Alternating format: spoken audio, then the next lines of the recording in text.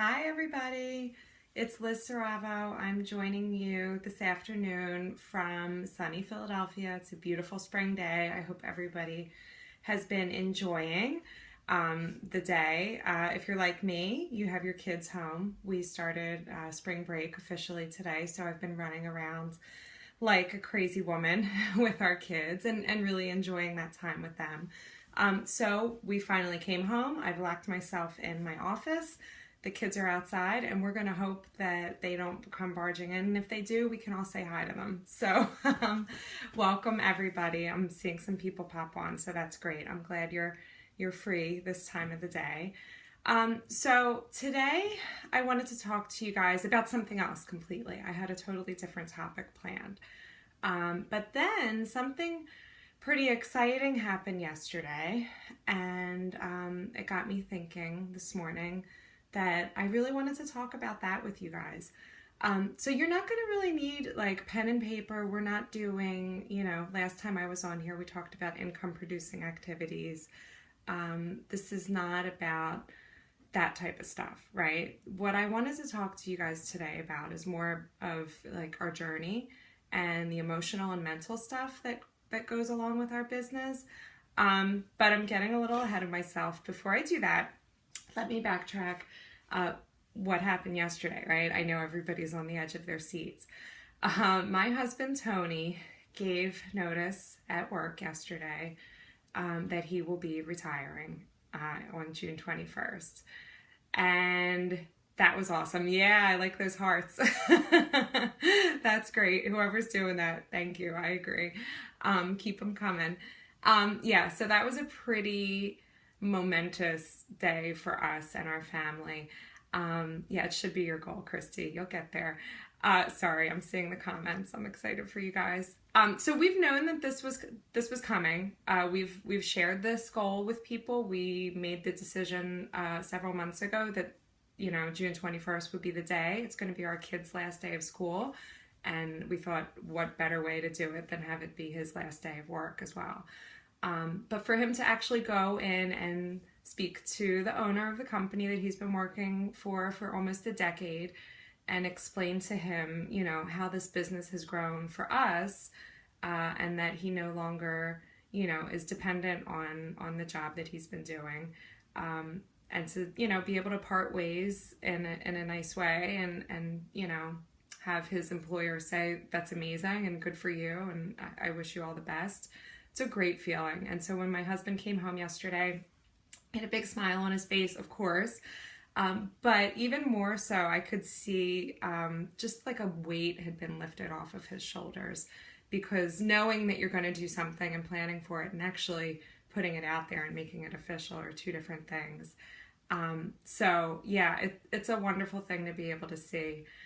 And we're really, really excited about the future and all the options and the freedom that we'll be able to enjoy. And he can become part of my business even more. It truly is a family business for us. And he can, spend more time helping us grow together. And I think it'll be amazing. So we're excited for what the future holds. So it just got me thinking how grateful I am that I never gave up. This is a journey, right? It's not a marathon. It's not a race. It takes time. And along the way, there are many failures, let's be honest. And I was just talking to my team the other night. We did a training with another amazing RFX leader, who explained, the importance of failures. And it's something that I've always kind of talked about with my team. And I really believe it. I know it to be true. In fact, failure is as important as success, if not more so, because we learn the most from our failures. And in this business, there can be days where it feels like you have failures, multiple times a day or multiple times a week, or just one big month that's a complete failure. And I think it's very important to stay focused and keep your eyes on the prize, so to speak, and remember what your goal was coming into this. Tap into your why. What's your reason for doing this? And never ever lose sight of that, guys, because you will be challenged. You will be tested. There will be days that you think it would be easier to just throw in the towel. And let me tell you, it's the biggest mistake you can make. You know, this is not an overnight business. This is not something that, you know, happens in a year for most people. I was just on a trip to Maui with lots of the leaders in our company, and they've all grown hugely successful businesses. And some of us had been in it for, you know, 2 to 3 years. There were people there who've been doing it for 5 to 7 years. It doesn't matter. You know, we all got to celebrate together at that point in our business. We all reached it together. And as I've heard said before, the champagne tasted just as good, and it didn't matter how long it took to get there.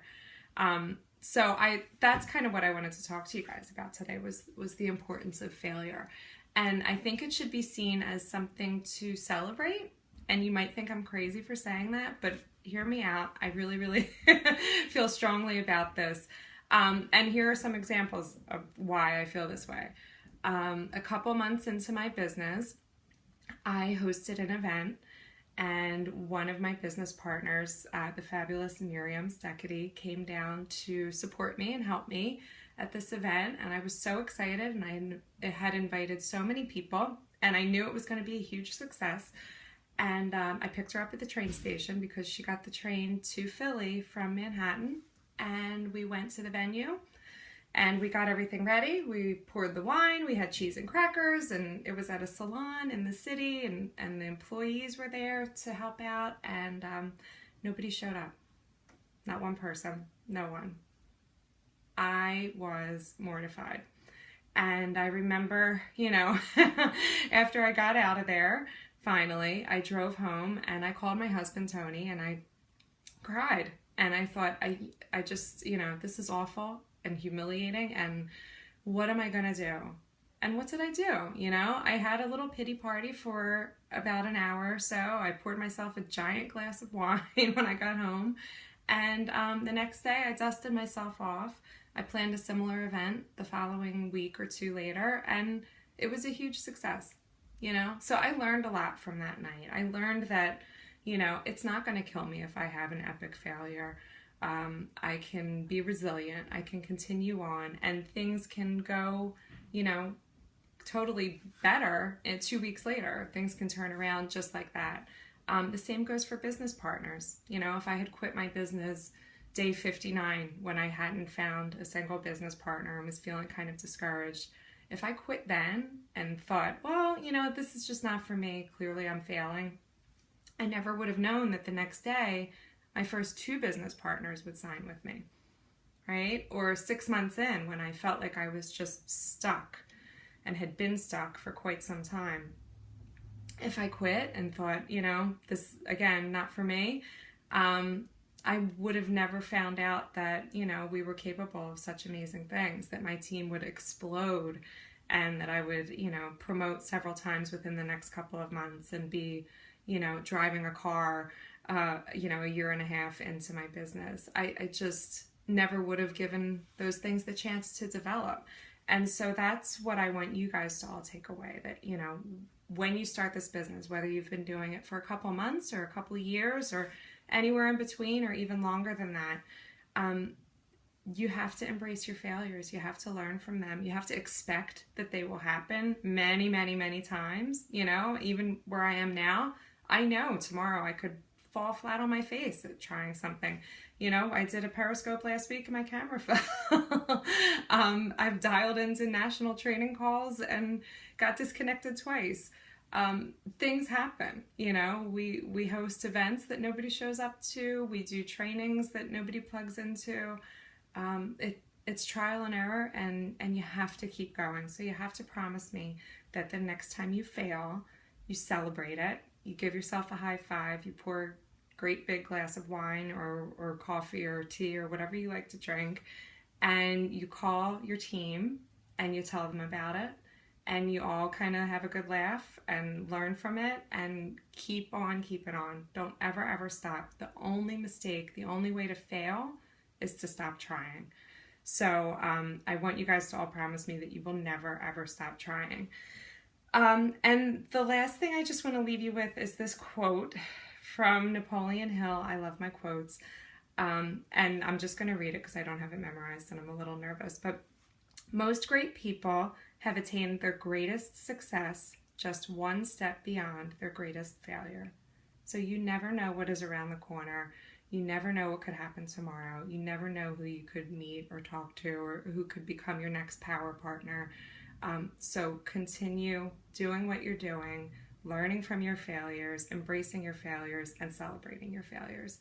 And I always like to think of it as failing forward. And that's how you find success. Okay, guys, so that's really all I have for you. Go enjoy the rest of the day.